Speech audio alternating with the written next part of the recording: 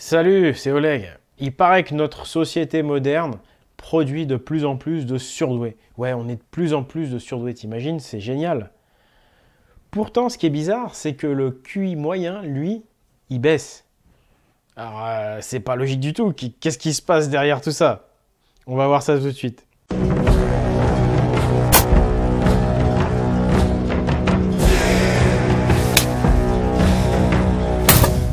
Les surdoués, en fin de compte, ce sont des dégénérés. Oui, des dégénérés. Les surdoués, qu'on nous vend comme surdoués, sont le fruit d'une dégénérescence globale. Et ouais, déjà, je vais m'expliquer sur tout ça, vous inquiétez pas, mais déjà, qu'est-ce que c'est un surdoué? Au sens qu'il est défini par nos institutions. Alors, un surdoué, c'est qu'il a un quotient intellectuel, un QI très élevé. Donc le QI, la moyenne c'est 100, mais ça ne fait que baisser en France. C'est moins de 100 maintenant.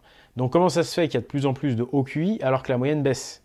C'est absolument pas logique, tu vois. Il aurait dû avoir les deux qui augmentent. Ce qui prouve bien qu'il y a quelque chose qui cloche, qui est louche.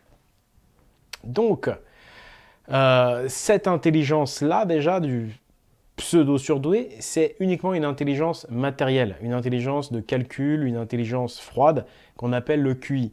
Le QI mesure une certaine partie de votre intelligence. C'est l'intelligence purement matérielle. C'est ce qu'on pourrait comparer au microprocesseur de l'ordinateur. Or, vous savez qu'un ordinateur n'est pas très créatif. Il n'est pas même capable de grand-chose si vous ne le programmez pas. Bref, s'il n'y a pas un humain avec une capacité créative pour en faire quelque chose, un microprocesseur ne sert à rien. Ben, c'est la même chose avec un QI de surdoué, avec un QI de 160, avec un QI de 183. Des fois, on m'a dit... Souvent, je rencontre des gens comme ça qui me disent « Ouais, j'ai un QI de 163, ouais, j'ai un QI de temps. » Pourtant, ces gens-là, tu vois, dans la vie, ils ne sont pas particulièrement quelqu'un. Et en effet, ce n'est qu'une faculté matérielle, temporelle. Ça permet d'aller plus vite dans les calculs, de lire plus vite, peut-être de comprendre plus de choses aussi. Mais on est dans la quantité, on est dans le matériel. Il n'y a absolument pas la créativité, ni l'intelligence musicale, ni l'intelligence intuitive. Voilà, je t'ai juste cité quelques autres formes d'intelligence, il y en a encore plein d'autres, tu vois. Mais donc ils ont quand même un QI plus élevé, donc c'est quand même mieux. Je suis pas en train de dire ouais le surdoué t'es plus bête qu'un autre. Non, non, t'es potentiellement plus intelligent effectivement puisque t'as quand même cette qualité-là. Mais alors, je vous ai dit dès le départ, mais les surdoués c'est des dégénérés. Est-ce que j'ai fait ça pour faire du buzz ou quoi? Non, non, non, non, j'ai pas fait ça pour faire du buzz. Vous allez comprendre tout de suite. Donc, si il y a des gens qui ont de plus en plus souvent un QI excessif, j'ai envie de dire, enfin très élevé, alors que la moyenne baisse, c'est dû à une dégénérescence, c'est dû à un déséquilibre, un surdéveloppement, en contrepartie généralement d'un sous-développement d'autres choses. Je m'explique. En réalité, nous avons le corps humain et les qualités globales de chaque individu qui sont gérées par son taux hormonal. Le taux hormonal va développer différentes qualités. Par exemple, les qualités sexuelles sont gérées par les glandes génitales. Parce que oui, derrière ces hormones, vous avez quelque chose qui va créer les hormones, qui va être maître, si vous voulez, des hormones, et donc finalement des qualités de l'être humain. Ce sont les glandes endocrines. D'accord? Donc, l'une des glandes endocrines principales, c'est les glandes génitales, d'accord? Ou la glande génitale. Et elles vont donner donc la capacité sexuelle. Ensuite, évidemment, je ne vais pas toutes les citer, on va faire les 4 principales. Ensuite, pour ce qui est des capacités moteurs, tout ce qui va être sport, mouvement, c'est les glandes surrénales, les glandes du sportif. Ensuite, vous avez la glande thyroïdienne, qui est elle la glande qui me permet ici d'essayer d'exprimer une prestation orale pas trop mauvaise. C'est la glande voilà, de la tchatche, c'est celle du commercial, du séducteur, de celui qui sait parler, qui sait jouer la comédie aussi. Et puis vous avez l'hypophyse, qui est la glande de l'intelligence des calculs, des mathématiques. Bref, cette fameuse intelligence froide Donc, en fait, c'est la glande prédéterminante pour le QI. Et donc, pour être un surdoué, c'est cette glande-là, en fait, qui va être surdéveloppée. Tout simplement, les surdoués sont des gens qui ont la glande hypophysaire surdéveloppée parce qu'ils sont le fruit d'une dégénérescence générationnelle, civilisationnelle, qui fait qu'au lieu d'avoir des individus équilibrés dans l'état qu'on appelle homéostasie, c'est-à-dire l'état d'équilibre, qui fait que quand vous laissez un être humain à lui-même, quand vous laissez même tout système à lui-même, il revient à son état d'équilibre, à son état optimal. Or, nous sommes dans une société qui oppresse son peuple depuis des générations. Nous sommes en plus dans une société qui devient hyper spécialisante, qui sépare, qui produit des gens qui passent leur vie derrière un bureau, qui passent leur temps à travailler leur hypophyse, à réfléchir, mais jamais les surrénales, ils ne font pas d'exercice physique. Des ingénieurs informatiques qui ne parlent jamais, ils n'utilisent pas la thyroïde. Des ingénieurs informatiques qui font rarement l'amour, ils n'utilisent pas les glandes génitales. Je suis ingénieur informatique, hein, c'est pour ça que je me permets de les tailler un petit peu plus.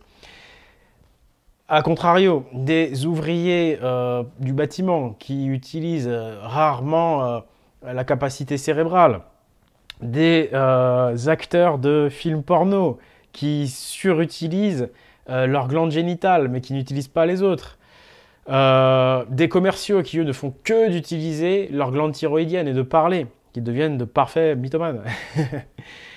Et j'en passe et j'en passe. On a une société où tout est séparé, où les hommes deviennent des spécialistes, et donc forcément, eh bien, ça nuit au développement du reste. Et quand ça s'installe sur des générations, eh bien, ça produit des déséquilibrés, ça produit des, entre guillemets, surdoués, mais qui sont en fait que des dégénérés. Car d'une manière globale, on voit bien que notre société ne progresse pas vraiment dans sa globalité, dans le bien-être. C'est toujours des développements très spécifiques. Et tous ces surdoués, là, ces QI de 190, n'arrivent pas à la cheville d'un Platon ou d'un Léonard de Vinci qui avait des QI élevés, mais pas si élevés que ça, bien moins élevés. Et pourtant, on sait qu'ils étaient beaucoup plus grands, beaucoup plus intelligents. Parce qu'ils avaient également l'intuition, la créativité et toutes les autres formes d'intelligence plus subtiles. Donc, on est dans une société où il y a plein de pseudo-surdoués qui sont en fait que des dégénérés, dus à la philosophie pseudo-philosophie de vie qu'on a, qui sépare toutes les choses, alors qu'avant, on avait des Vikings, des Gaulois, des Celtes, des gens de la campagne, des fermiers qui faisaient un peu tout ça à la fois. Le fermier fait sa comptabilité, il sait jardiner, il fait de l'exercice physique, il doit aussi savoir diriger, parler, communiquer. Quand vous êtes chef de quelque chose, il faut communiquer.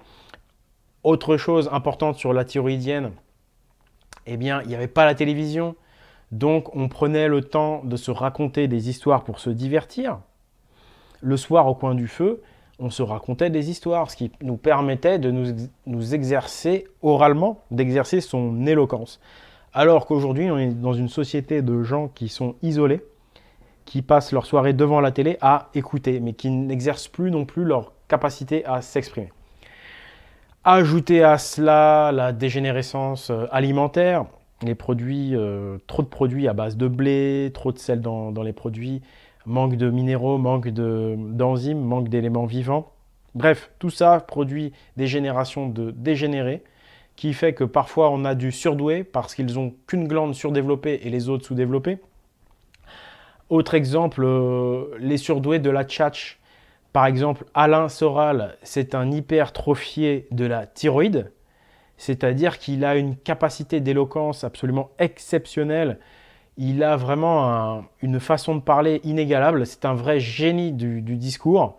Cependant, c'est un mythomane. C'est une personne qui est profondément déséquilibrée. Et les gens qui l'ont côtoyé dans le réel le savent.